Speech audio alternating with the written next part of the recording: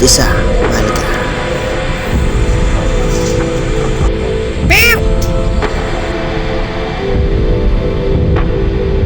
Welcome back to my vlog. Ganito. Aminin ko sa sarili ko, hindi ko kayang mabili tong helmet.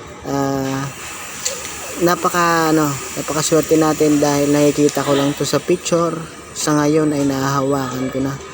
Bali ang presyo nito ay possible nakapresyo ng motor natin. Check this out.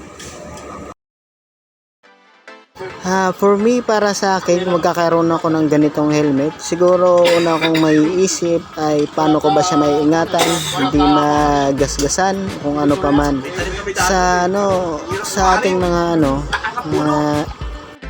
kung sakaling magkakamayroon ako ng ganitong helmet, para sa akin, for keep na talaga to.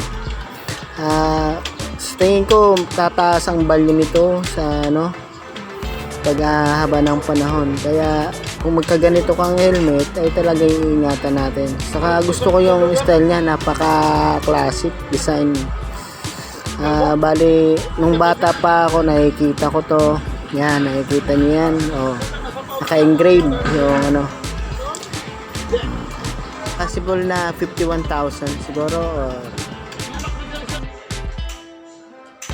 Naghahanap ka ba ng helmet na kasing mahal ng motor mo? Pues, meron tayo ditong aray na i-vlog natin. Dati nakikita ko lang to sa mga picture. Ngayon, salamat sa ating amo at nahawakan ko at pinayagan tayong mag-vlog ng kanyang helmet. Kikwento ko sa inyo yung mga specs nito. Ang importante sa ating biyahe, hindi mahalaga kung mahal o mura yung helmet mo, basta ang importante safe ka. Di man tayo 100% maging safe sa kalsada, at least meron tayong protection in case na wag naman sana. Okay. Thank you for watching.